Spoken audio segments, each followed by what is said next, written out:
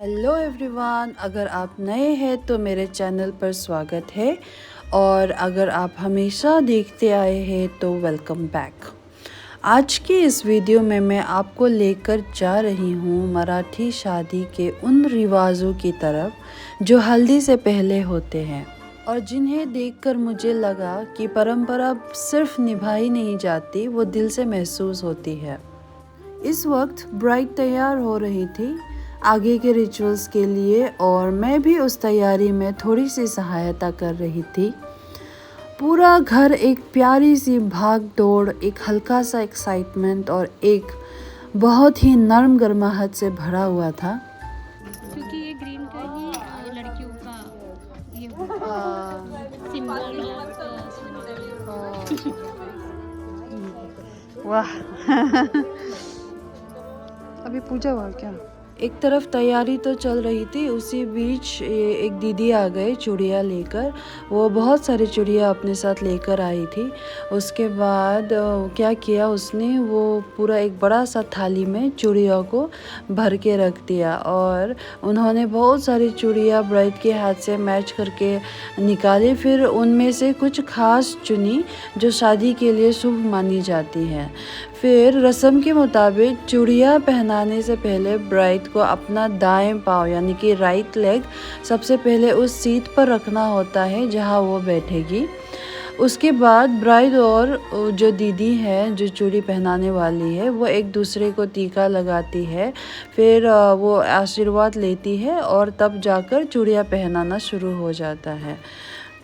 जैसे कि आपने देखा होगा, ब्राइड ने ये दीदी की पाँव छुआ, उसके बाद तैयार हो गई, दीदी भी रेडी हो गई। उसके बाद में चूड़ियाँ एक एक करके लगाने लग गए। तो बहुत सुंदर सुंदर चूड़ियाँ देखिए। जैसे कि ब्राइड मुझे बता रही थी कि जो ग्रीन ही पहनती है क्योंकि वो एक सुहागन होने का एक सिंबल होता है। It's like a symbol of being married. Bride को बहुत सारा मतलब ह्यूज अमाउंट पे बैंगल्स पहनना होता है, तो उसमें थोड़ा सा टाइम भी लगता है मेज़रमेंट करके एक एक करके लगाने में। तो दोनों हाथों में जब तक लगाते तब तक बहुत टाइम लग जाते थे, तो इसीलिए हम लोगों ने भी सोचा कि जाके लंच कर लेते हैं। बहुत कम छोटा सा था डांस हमारा। और दोस्तों, जैसे कि आप लोगों ने देखा ही होगा कि मेहंदी के रस्म में सभी लोगों ने मेहंदी लगवाया था, तो उसी तरह से यहाँ पे बैंगल्स भी सभी लोग एक एक करके लगवा रहे हैं। तो उसके बाद जब लंच टाइम हो गया तो लड़के वाले भी आ गए लंच करने के लिए यहाँ पे। तो हमारी ब्राइड जो है सबको नमस्ते करते हुए वेलकम कर रहे हैं। इसी बीच बाहर एक पवित्र रस्म शुरू हुई नया चूल्हा जलाने की। मैंने बाद में पढ़ा कि शादी से पहले नया चूल्हा जलाना नई शुरुआत और घर की पवित्रता का प्रतीक होता है। उसी चूल्हे पर पापड़ तलने की रस्म हुई और ये पापड़ लोगों को बांटने के लिए नहीं बल्कि भगवान को चढ़ाने के लिए बनाए जाते हैं। ये एक तरह की पहली भेंट होती है जो नए जीवन के शुभ आरंभ का संकेत देती है।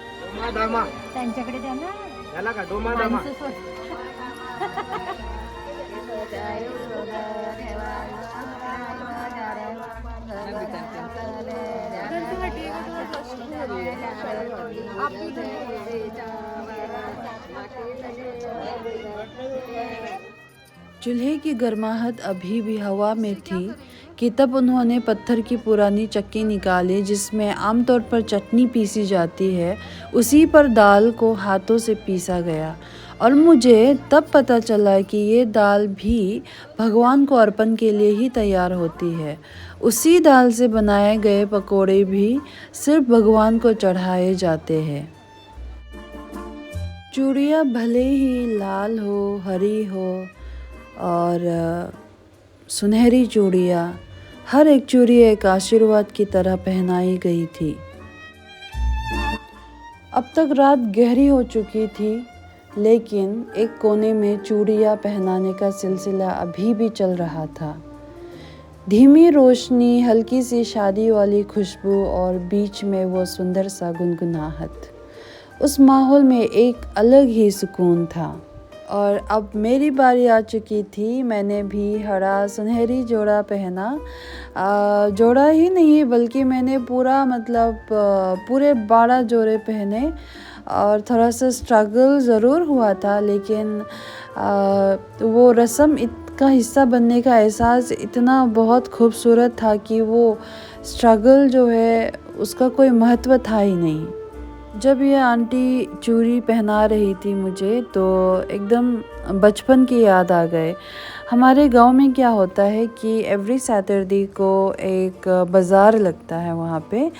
तो वहाँ पे जितने लोग उस बाज़ार में जितने लोग व्यापार करते हैं वो कहीं और से आते हैं, और उसमें कपड़ा, शूज़, बुक्स और हर प्रकार के आइटम्स, यूटेंसिल्स, इवन ये बिंदी, चूड़ी, लिपस्टिक, ये सब भी होते थे। तो मुझे बचपन से बड़ा शौक़ था ये सब पहनने का। तो बड़ा होने के बाद ही वो शौक़ उतर गया, लेकिन बचपन में ये सब पहनना बहुत ही पसंद करते थे। और जो बोतल के बैंगल्स है उससे तो आवाज़ें आती हैं ना, तो वो आवाज़ ही मुझे बहुत पसंद आता था। तो वहाँ पे जब हम लोग मार्केट में जाते थे तो वहाँ का जो शॉपकीपर रहता था वो हमारे कलाई पर चूड़ी पहनाते थे। थोड़ा छोटा डालो ना, बड़ा हो गया ना। हाँ, ये वो वैसे उसमें है कि कत्थई में, छोटे में है कि कत्थई? ये छोटा है बहुत।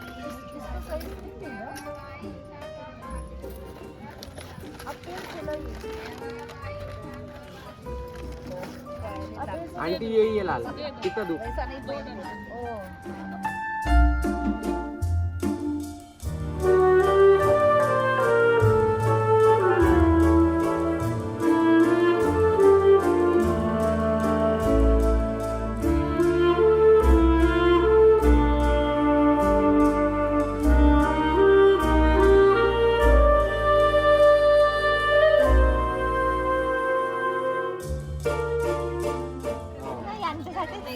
आइटे अंदर के बच्चे हैं। ये देखो, ये जो पहना है ना, ये वाले ऐसे यहाँ है, लेकिन साइज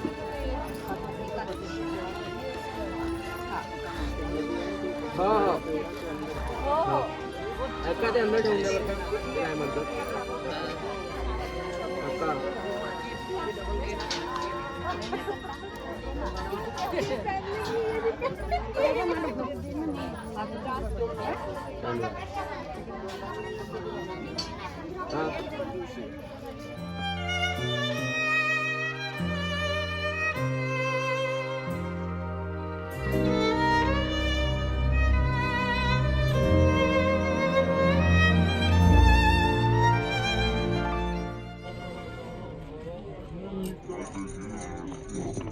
अजून मोठाच आहे हा, थोडा मोठा आहे।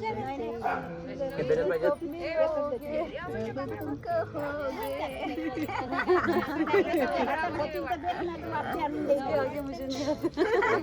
क्या, कौन सा गाना? नाव सांगा। ते है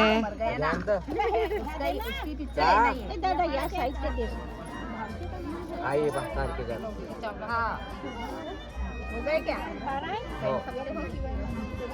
मुझे तो बस ऐसा 2 पहना दो, एक कड़ा। नाव सांग।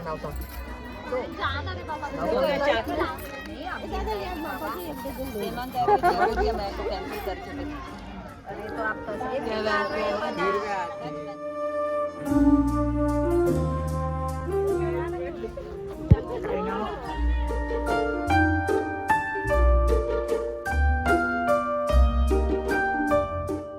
इधर आएंगे ना अभी। अब दोनों बंदा हुआ है।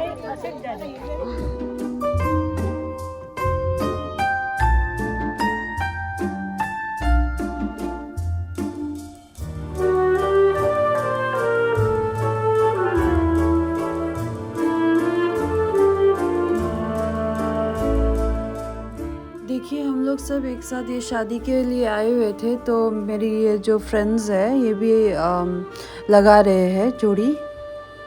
ट्रस्ट मी फ्रेंड्स, ये मेरा पहला महाराष्ट्र में अटेंड किया हुआ शादी था और वो शादी भी इंटर स्टेट मैरिज था। अभी तक जितना रस्म मैंने देखा है जिसमें मेहंदी था, उसके बाद मंदिर जाना, चूल्हा में वो पकाना, उसके बाद चूड़ी पहनाना, उसके बाद ये जैसे कि ये जो रस्म हो रहा है जिसमें ब्राइड ग्रूम को गिफ्ट एक्सचेंज किए जाएंगे।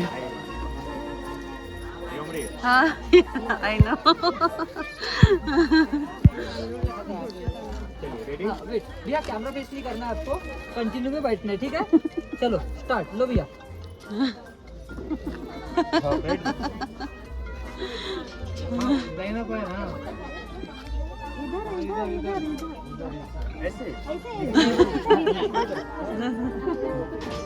एक सेकंड,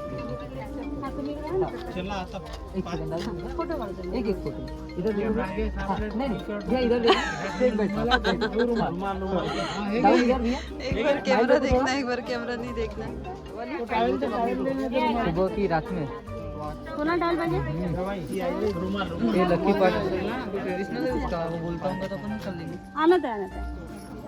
और ये एक अलग ही ऐसा रिचुअल था जिसमें दूल्हे के पैर को धोए गए थे। चलो जी, हम भी नहीं बचे, आप कहाँ बचोगे?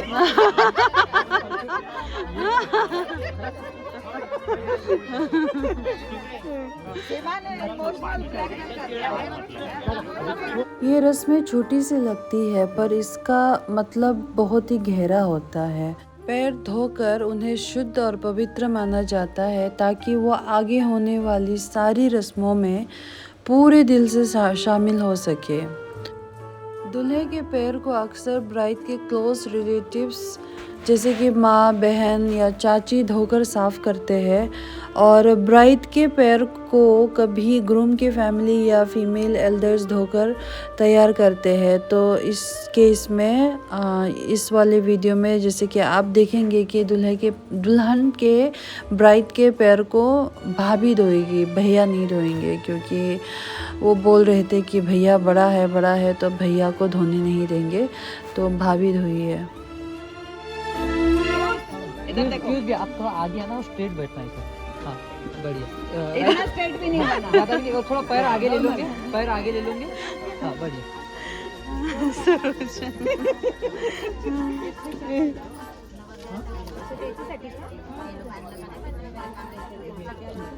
व्यूज पूरी फीलिंग ले रहे हैं, बोले दूल्हा बनने की। हाँ, पूरा फीलिंग ले लेना। 5 सुपारी दे।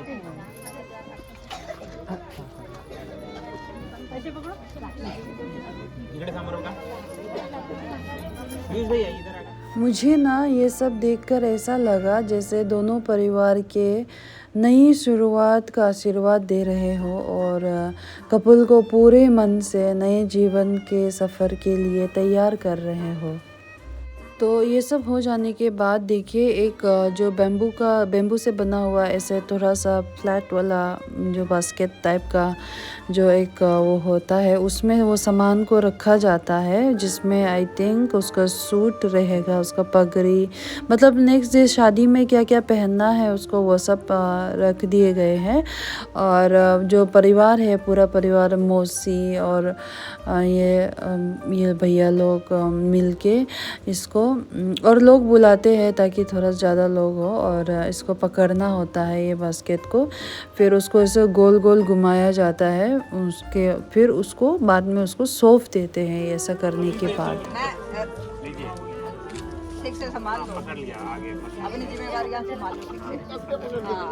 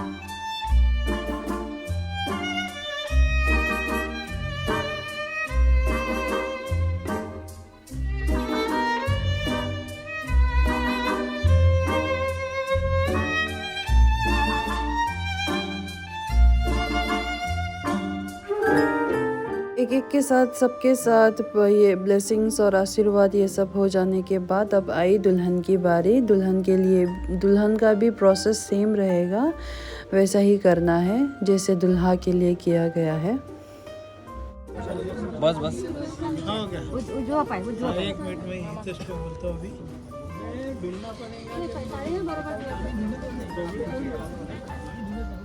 और देखिए दुल्हन का पैर धोने के लिए भाभी, दुल्हा का भाभी आ रही है और भैया और भाभी दोनों को बिठाया गए और भाभी ही पैर धोएगी।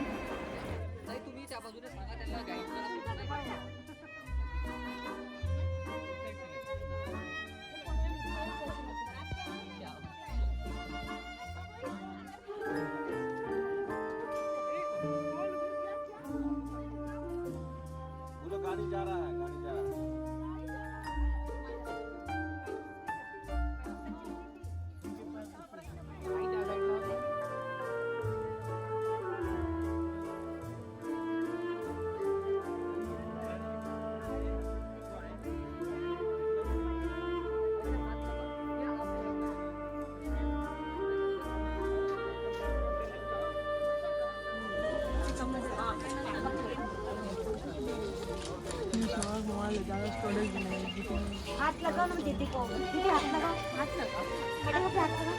हाँ इधर आगे आगे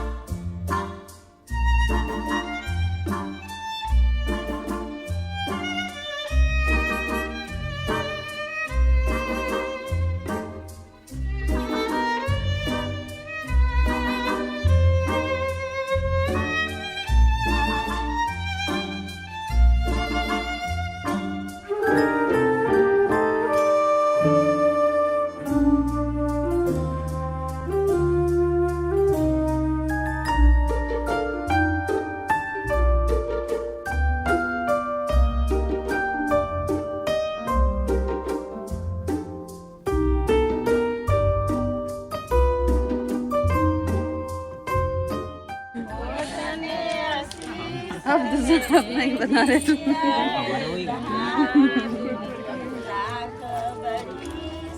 थोड़ा जोर जोर से गाओ। थोड़ा आवाज तो आए।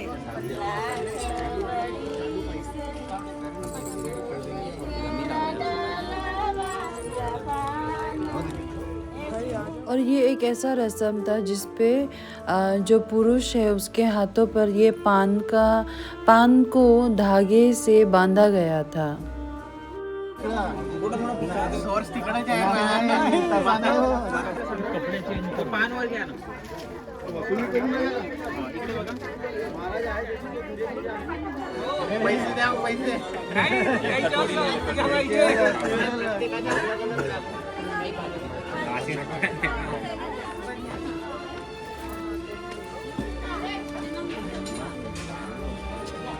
क्यों बांधते हैं? ये क्यों बांधते हैं? ये शादी का जो है ये रहता है परिवार का, एक परिवार के करके सबको जो परिवार वाले रहते हैं उनका। मेरे हाथों में नैनो चुलिया है, जरा ठहरो सजन बूढ़िया है। और अब इस कहानी का अगला हिस्सा आप मेरे नेक्स्ट वीडियो में देखेंगे। और ये सब हो जाने के बाद हम भी बहुत एक्साइटमेंट में नियर बाय हॉल में चले गए हल्दी की फंक्शन के लिए। अब तक के लिए इतना ही है, मिलते हैं अगली वीडियो में। Thank you for watching, bye.